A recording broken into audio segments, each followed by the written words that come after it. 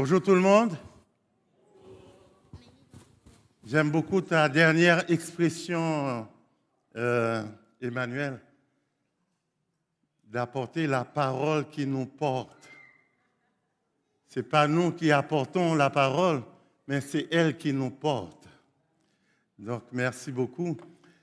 Et comme Pasteur Emmanuel vient de mentionner tantôt, bien, on fait un petit retour sur ce qu'on a vécu ensemble à Montjoly pour le 30e anniversaire. Cette assemblée a tenu à célébrer son Dieu, à le remercier, à lui rendre grâce et lui témoigner son affection et sa reconnaissance pour toutes ces années.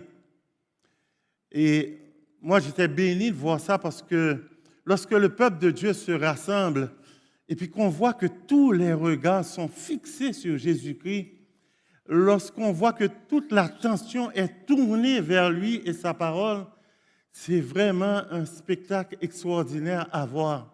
Toutes nos conversations étaient alignées sur la même chose.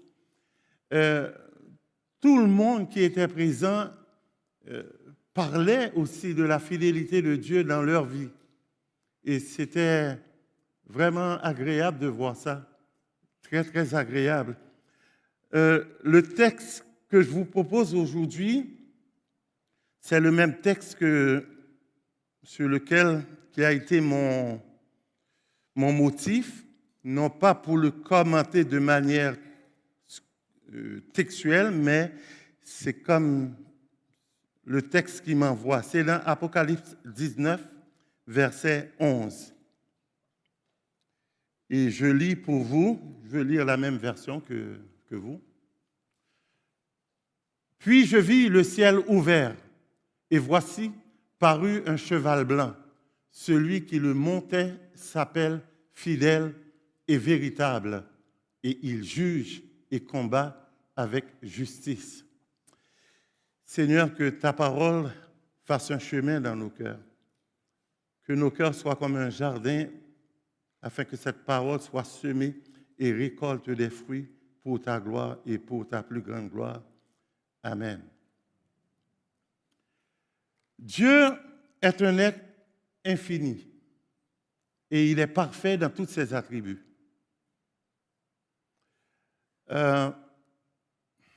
Des fois, dans nos conversations de tous les jours, on essaye de trouver la qualité principale d'un ami. Ça arrive que des fois, on parle de monsieur et puis on dit c'est un homme de bien et puis tout ça. Lorsqu'on s'exprime sur ce qui pourrait, je dis bien être, ma principale qualité, lorsque les gens ont fini de le dire, eh bien, je cours pour les remercier de ne pas avoir souligné ma plus grande faiblesse. Donc,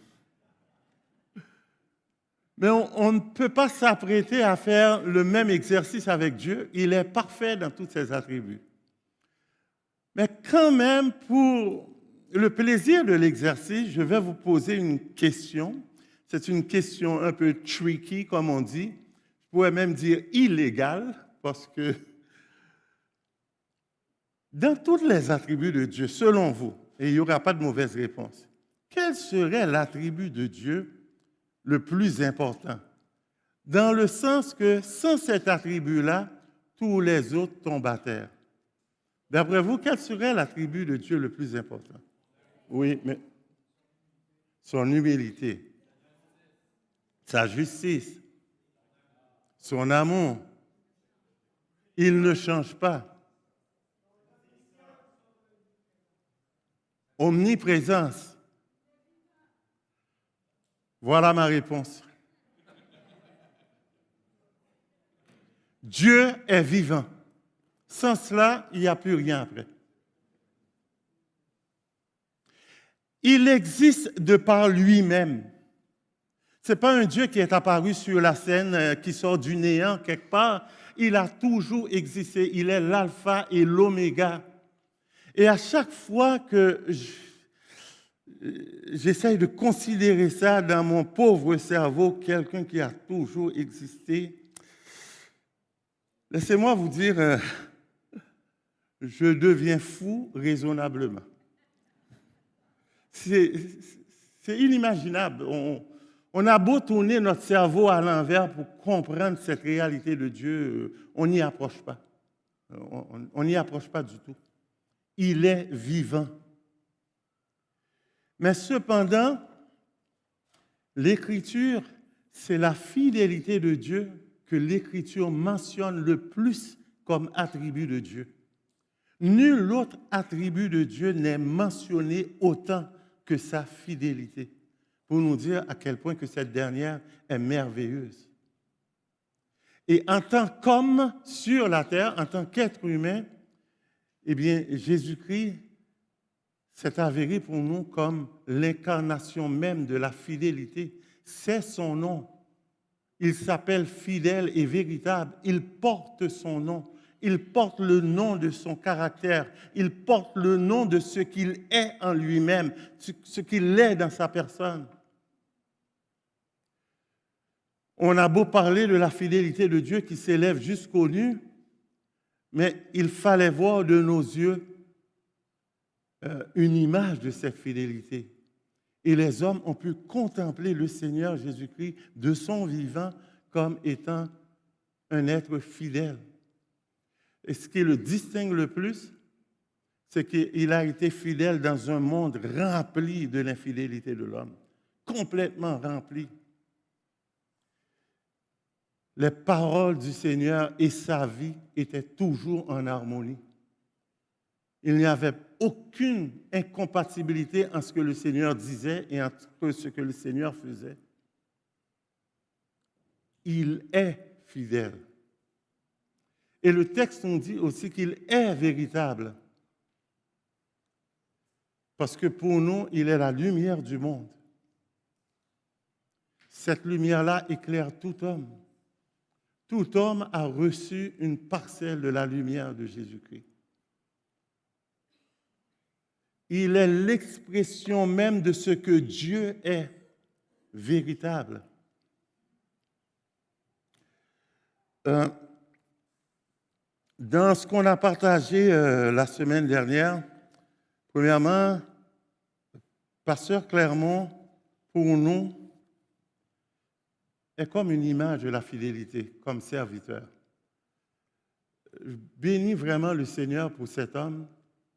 Lorsque j'ai rencontré cet homme dans son bar, je faisais du piano-bar dans un temps très lointain. Je ne savais pas que cet homme-là allait devenir un compagnon dans l'œuvre. Je ne connaissais pas encore le Seigneur. Lui, il venait juste de rencontrer le Seigneur, puis il m'avait demandé de chanter pour lui une chanson qui n'était pas très sexy, Un jour à la fois. Mettez-vous à ma place, je viens de faire Billie Jean de Michael Jackson. Après, on me demande de faire Un jour à la fois. Donc, je lui avais dit, c'est pas trop sexy cette chanson-là.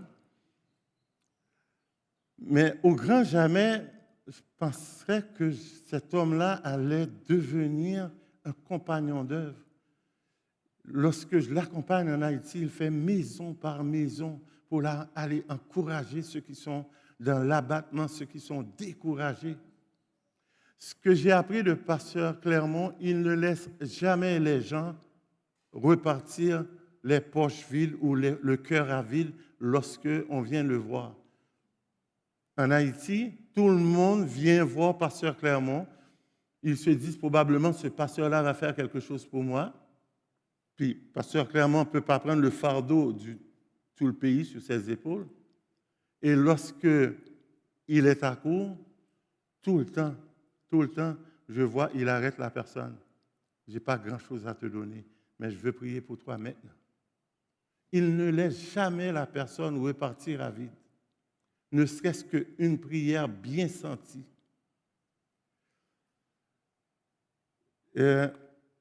Dans sa ville, Pasteur Clermont, c'est un don de Dieu pour sa ville, un don de Dieu pour son assemblée. Cet homme a un impact dans la ville. Pasteur Clairvoy l'a mentionné tantôt. Même les autorités municipales respectent cet homme-là.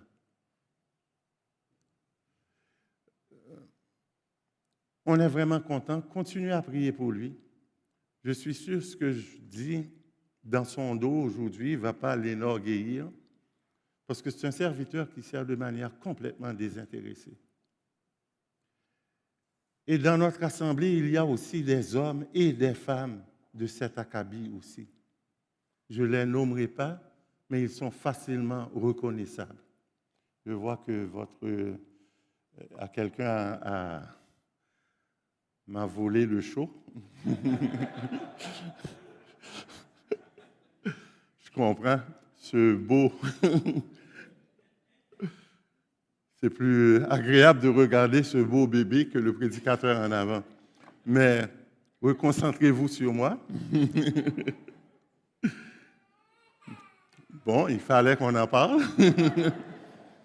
Donc, je vous présente, mesdames et messieurs, un nouveau membre de l'Église de notre Seigneur Jésus-Christ.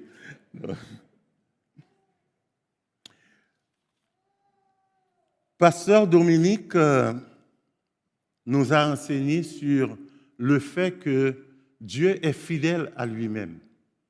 C'est-à-dire, il ne peut se renier. Il est fidèle à sa parole.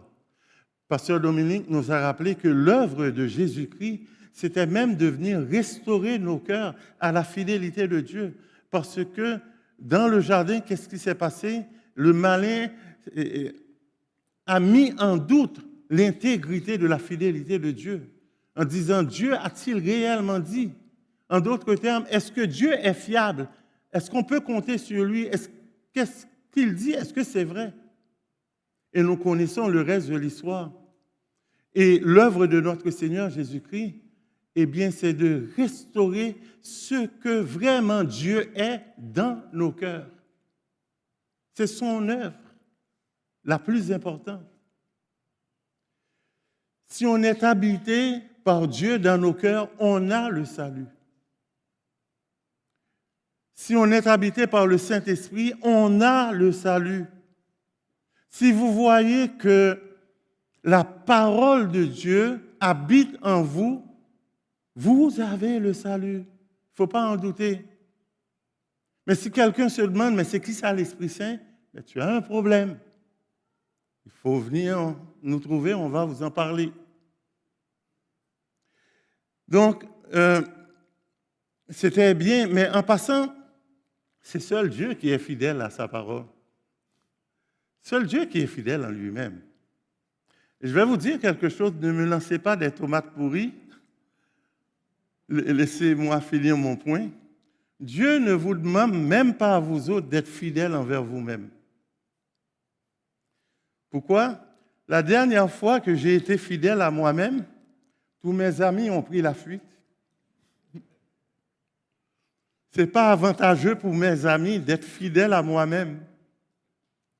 Que Dieu nous accorde d'abord d'être fidèles à lui. Et là, ça va rejaillir, on aura de la cohérence dans notre vie, ça va rejaillir dans nos rapports les uns avec les autres. On va tenir nos promesses, on va garder nos alliances si d'abord on est fidèle au Seigneur. Et ça, c'est très, très important, parce que l'expression qui dit « je suis fidèle à moi-même », c'est pas toujours avantageux. Une des choses qu'on doit savoir, c'est que le mot fidélité est relié au mot foi. C'est lorsque l'apôtre Paul, dans Corinthiens 13, nous dit qu'il y a 3 choses qui demeurent: la foi, l'espérance et l'amour. Eh bien, la foi est là pour rester. Même lorsque nous serons dans l'éternité bienheureuse, nous allons devoir toujours faire confiance à Dieu. Oui. Écoutez, je vais évoquer des choses à laquelle je ne crois pas, ok? Qu'est-ce qui nous dit que dans 500 milliards d'années-lumière ou d'années célestes, que Dieu ne tomberait pas en panne? Il n'y a rien qui nous le dit que ça ne peut pas arriver, sauf sa parole. On devra faire confiance à sa parole. On ne peut pas avoir une preuve absolue de cela. Qui peut avoir une preuve absolue que Dieu tomberait jamais en défaillance? On devra faire confiance à ce qu'il dit de lui-même, tout le temps. On nous dit qu'il est l'alpha et l'oméga. Mais quelle preuve que je peux avoir qu'il est le premier? Ce n'est pas possible. Seulement le premier détient la preuve qu'il est le premier. Les autres devront lui faire confiance. La foi demeure. Même dans l'éternité, on devra lui faire confiance sur ce qu'il dit être. Encore une fois, j'évoque des choses auxquelles je ne crois pas. Qu'est-ce qui nous dit que tout d'un coup, la personnalité de Dieu va être détraquée, changée? Il n'y a rien qui me dit que tout d'un coup, il change de personnalité. Je devrais faire confiance à la parole pour l'éternité. Dieu est le même hier, aujourd'hui et éternellement. Je n'aurai jamais une preuve dans l'absolu. Je devrais toujours lui faire confiance. La foi demeure. L'espérance demeure. Je devrais toujours m'attendre à lui. Même s'il serait dans le ciel, je devrais toujours m'attendre à lui pour son bonheur. La foi demeure. L'espérance demeure. On ne pourra jamais avoir une preuve absolue. Dieu ne se prouve pas. Dieu se fait connaître par révélation. Le genre de preuve, parce que je suis limité par le langage, qu'on pourrait avoir, ce serait une preuve conditionnelle. J'aime les paroles du psalmiste dans le psaume 104, verset 33. Je chanterai au Seigneur tant que j'existerai. Je célébrerai son nom tant que je vivrai. Alors, tant que j'existerai, eh bien, je serai dans la contemplation de celui qui existe. Tant que moi, je vivrai, eh bien, je ferai toujours les louanges de celui qui est vie et source de vie. Remarquez bien, il dit « tant que j'existerai et tant que je vivrai ». L'existence et la vie sont reliés ensemble, mais c'est deux choses quand même différentes. Plusieurs choses existent, mais n'ont pas la vie en eux-mêmes. C'est pour ça que les païens ont une fausse espérance. Ils ont l'espoir qu'après la mort, ils n'existent plus. Ça, c'est complètement faux. Absolument faux. Mais ceux qui ne seront pas sauvés continueront d'exister, mais ils n'auront pas la vie de Jésus-Christ en eux. Et c'est pour ça, lorsque le psalmiste dit « tant que j'existerai et tant que je vivrai », dépasse la barrière de sa vie terrestre. Mais il va aussi au-delà par la foi de cette vie en Jésus-Christ. Mais tant que je vivrai, je verrai toujours celui qui est source de vie. Et je devrais toujours lui faire confiance. Tant que je vivrai. Donc l'équation est celle-ci. Qui vivra en Christ verra.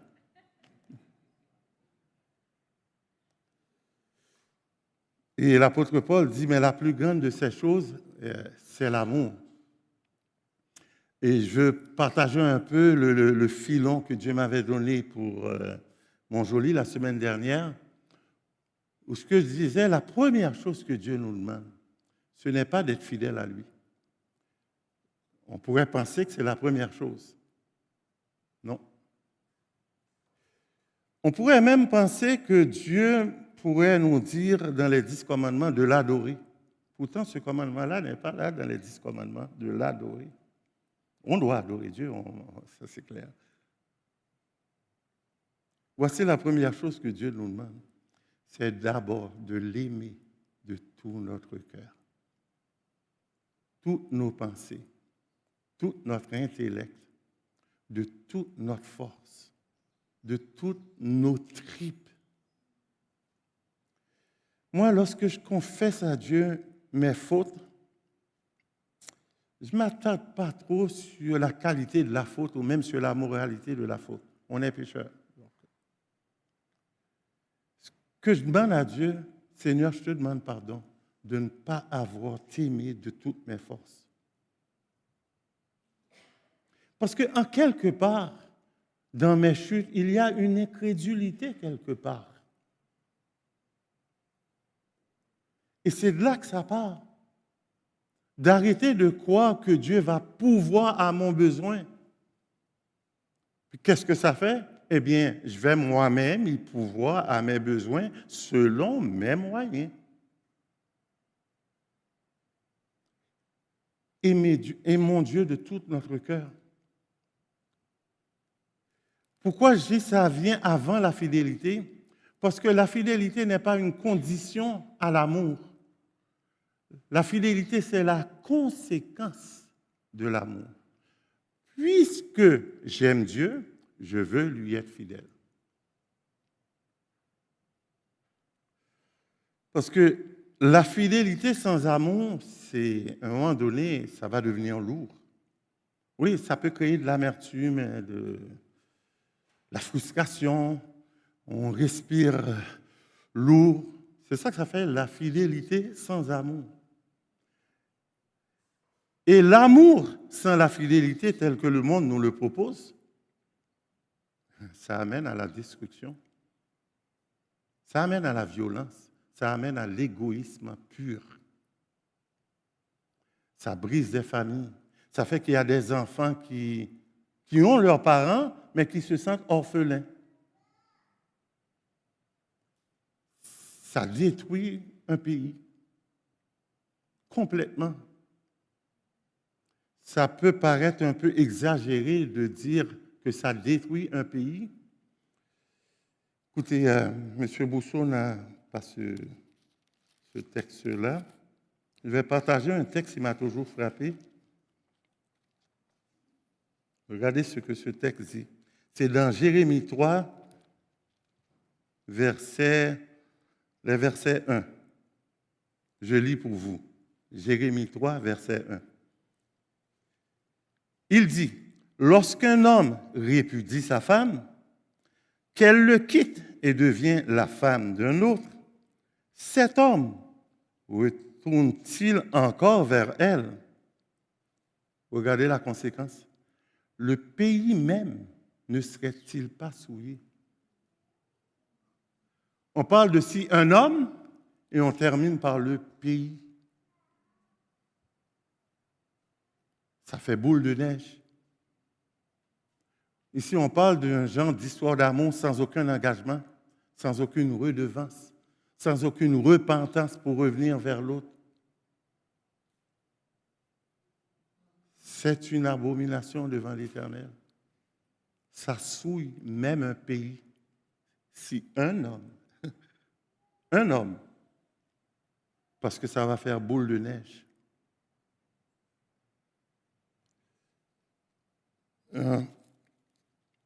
Dieu cherche auprès des hommes aussi la fidélité. J'aimerais partager un texte que j'ai partagé l'autre jour. Ça se trouve sur Apocalypse, je pense que c'est 2. Je l'avais noté un peu. Verset 13, le deuxième texte de l'Apocalypse, qui va vous parler de Antipas. Il dit, je sais où tu demeures. Je sais que là est le trône de Satan. Tu retiens mon nom et tu ne m'as pas renié ma foi. Même au jour d'Antipas, mon témoin fidèle, qui a été mis à mort chez vous, là où Satan a sa demeure. Ici, c'est le Seigneur Jésus-Christ qui s'adresse à l'église de Pergame. Pergame qui veut dire complètement marié. Mais c'est un mariage qui est triste, où ce que les chrétiens avaient épousé les valeurs du monde. Les chrétiens recherchaient plus l'amitié et l'amour du monde qu'à rendre un témoignage clair sur le Christ crucifié. Pergame, c'était une ville qui était riche, prospère. C'était un genre de quartier général pour les lieux occultes. C'est dans un lieu comme ça qui est la demeure de Satan, c'est-à-dire ce n'est pas un club med, ce n'est pas un club de vacances. C'est là que cet homme nommé Antipas, son nom qui veut dire contre tous, va garder la foi. Et lorsque son nom qui veut dire contre tous, probablement ses amis l'avaient abandonné. Parce que lorsqu'on fraternise avec les valeurs du monde, eh bien, on ne va pas combattre avec celui qui combat dans la foi. Là où Satan demeure, là où il y a le plus d'opposition, là où c'est périlleux, ce gars-là était comme une lumière et marchait fidèlement au Seigneur.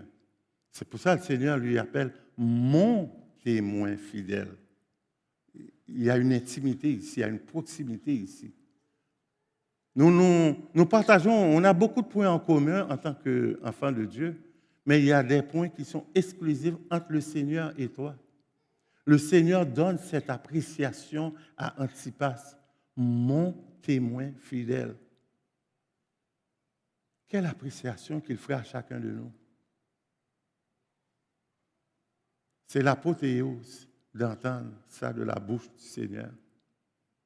Bon et fidèle serviteur. Je ne parle pas ici d'être bon lorsqu'on dit lui est bon là-dedans, et puis c'est pas du tout cela. Là, on peut même être bon dans quelque chose et ne pas être fidèle. Quelqu'un pourrait dire, moi je suis bon dans la musique, mais ne comptez pas sur moi. Ici, le bon et fidèle serviteur, c'est celui qui a fait preuve de bonté dans le service. Il a été bon envers les autres. Il a été généreux de sa personne. Il a été généreux de son temps. Et il a été fidèle dans le service. Un serviteur fidèle, c'est quelqu'un qui est toujours là à son poste. Et ça devient un phénomène de plus en plus rare. Quelle appréciation que le Seigneur fera à chacun de nous. Pourra-t-il dire mon témoin fidèle? Je l'espère. Je l'espère pour chacun de nous. Et il dit, viens, tu as été fidèle dans les petites choses. Tu vas entrer dans ma joie. Tu vas avoir l'opportunité de me servir encore de plus près. Je vais te confier maintenant de grandes choses puisque tu as été fidèle dans les petites choses. Mais si quelqu'un, au cours de sa vie, a dit, ah, moi, je suis trop grand pour ces petites choses-là. Donnez-moi quelque chose à ma hauteur. Là. Eh bien, le Seigneur lui dira, maintenant, c'est toi qui es trop petit pour les grandes choses que j'ai à confier. C'est ça l'équation. Quelle que soit la tâche que le Seigneur vous demande, la noblesse n'est pas dans ce que vous faites. La noblesse est du fait pour qui je le fais. Il n'y a rien qui pourrait me rendre noble aux yeux des gens de délasser les courroies du Seigneur. Pour moi, ce serait un grand honneur. Et je n'en reviens pas. Il m'a demandé de délasser ses souliers. Et les boys, il m'a demandé ça, délasser la courroie de ses souliers. Waouh! Oui, pour moi, ce serait un grand honneur. Pourquoi? Ce sont les souliers du Seigneur. Ce n'est pas le fait de le délasser, il n'y a rien là-dedans. Là. C'est un geste insignifiant, ça. Mais ces souliers-là, ce sont les souliers du Seigneur et c'est pour lui que je rends ce service insignifiant. Eh bien, je suis heureux. Est-ce qu'on réalise lorsque le Seigneur, aujourd'hui, nous demande plus que de délasser les courroies de ses souliers? Il nous demande plus que ça aujourd'hui. Écoutez, de partager sa parole, c'est plus que de délasser la courroie de ses souliers, là. On doit entrer en toute humilité là-dedans. On doit lui dire merci, merci, merci, merci. C'est pour ça j'avais apprécié les paroles de M. Jean Rouland. Il disait la reconnaissance améliore les relations. De dire merci à un frère pour sa fidélité à nous servir le café. Prends le temps de le remercier. Ça améliore les relations.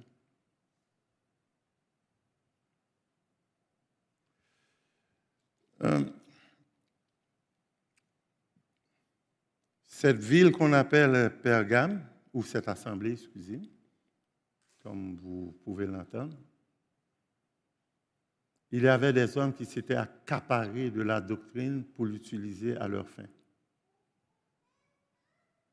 Et c'est pour ça que Jésus-Christ, il apparaît avec une épée aiguë et tranchante. C'est sa parole qui va trancher, sa parole va juger, et il va aller de sévères paroles pour cette assemblée.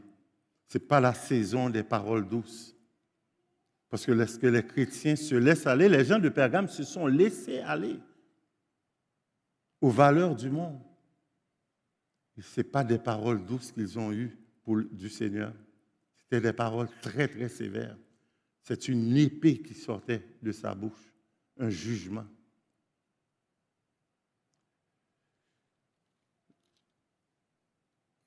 Antipas, fidèle dans la demeure de Satan.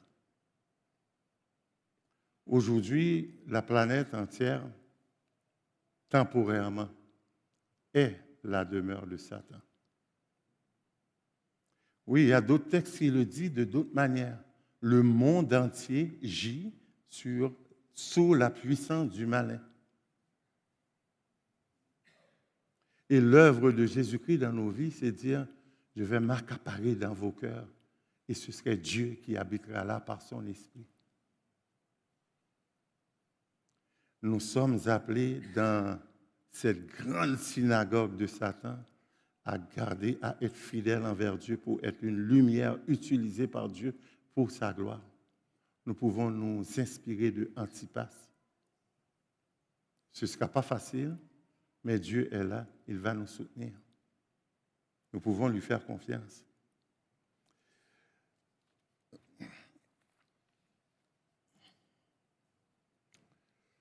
Donc l'appréciation de notre Seigneur, mon témoin fidèle, ce qu'il va dire de nous va être complètement différent de ce que le monde disait de nous. Ce que notre entourage disait de nous, ça va être complètement différent. Mais c'est sa parole qui tiendra. La terre entière aussi est appelée à marcher dans la fidélité. Mais le péché est venu comme un grand obstacle.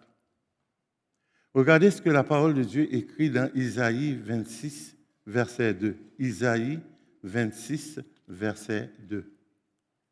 Et je vais le lire pour vous.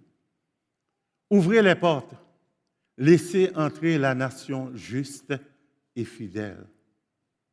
On parle d'une nation juste qui marche dans la justice et qui marche dans la fidélité. Est-ce que vous pouvez imaginer l'impact que ça pourrait avoir? C'est l'appel que Dieu avait fait sur son peuple, Israël. Mais Israël n'a pas marché dans la justice et dans la fidélité. Mais il y a une nation qui est appelée quand même à le faire. Aucune nation présentement dans le monde marche dans la justice et dans la fidélité. Mais la nation qui est appelée à le faire, c'est la nation dont l'apôtre Pierre dit, vous êtes une race élue, un sacerdoce royal, un peuple acquis, une nation sanctifiée, une nation sainte. Et cette nation est l'Église. Et l'Église est appelée à marcher dans la justice et dans la fidélité. Parce que Dieu est comme cela.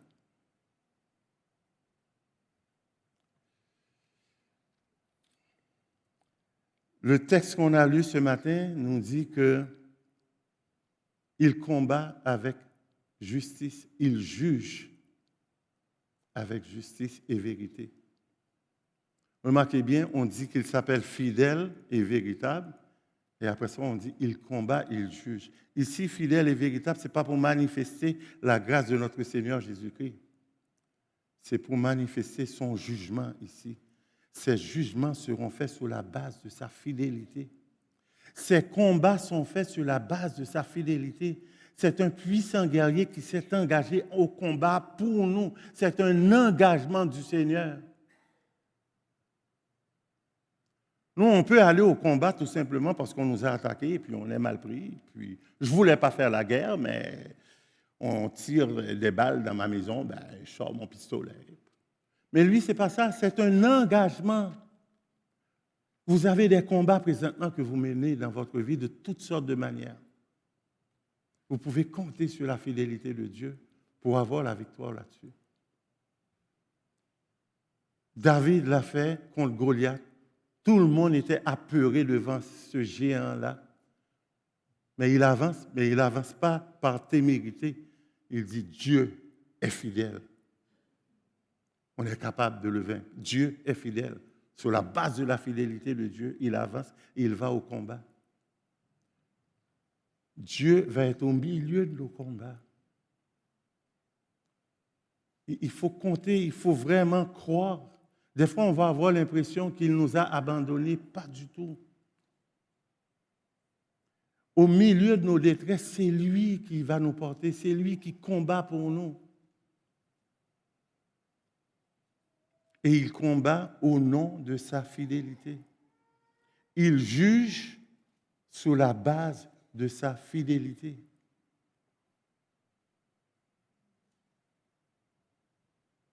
Et nous pouvons compter sur lui. À tout jamais. Vraiment à tout jamais. La fidélité est la ceinture à ses flancs, nous dit Isaïe. Sa fidélité s'élève jusqu'aux nues, c'est-à-dire jusqu'aux nuages, c'est-à-dire on ne trouve pas les sommets de sa fidélité. On ne peut pas mesurer les dimensions de sa fidélité. Sa fidélité s'établit jusque dans les cieux. C'est cet ami-là qu'on a en Jésus-Christ. Peut-être un jour, ça peut arriver que vos amis vous abandonnent pour X raisons. Ça fait mal lorsque tu as des amis que tu aimes, mais qui t'abandonnent. Des fois, ta vie peut ressembler à un désert. Tu as l'impression de marcher dans un désert. Même que tu peux avoir l'impression que c'est ma vie qui est le désert. J'ai été abandonné. La parole de Dieu nous dit que Jésus-Christ est cet ami qui ne nous abandonnera jamais. Fidèle à répondre à nos cris. Jamais il ne nous abandonnera. Je disais l'autre jour, la terre est devenue comme une vallée géante de la mort. La vallée de la mort, ce n'était pas la mort, c'était un lieu où lorsqu'une brebis s'égarait là, c'était fini pour lui. On ne se donnait pas la peine d'aller le chercher. Les prédateurs allaient le manger tout cuit. Et lorsqu'on est né sur cette terre, on est né quasiment dans la vallée de l'homme de la mort. La mort nous environne partout. Tout partout, à chaque seconde sur la terre, il y a quelqu'un qui meurt. De toutes sortes de façons. On le rencontre partout, partout, partout. C'est comme si on vient au monde et puis on fait une game de baseball. Je finis avec ça. On se présente au bat, on a déjà 2 prises contre nous. Puis Satan, c'est le gérant de l'autre équipe. Il envoie son as au monticule. Lui, chaque lancer qu'il fait, c'est une prise qu'il lance. Puis tu te présentes. Le gérant maintenant de mon équipe, il lève la main. Il dit, Pierre, assis-toi sur le banc. Je vais te remplacer par un frappeur suppléant. Son nom, c'est Jésus-Christ. Tu vas voir qu'est-ce qu'il va faire de ce lancer. Et c'est ça, la Bible nous dit. La mort n'a plus de prise sur nous. Son emprise n'est plus grâce à notre frappeur suppléant qui a pris notre place à la croix jusqu'au bout.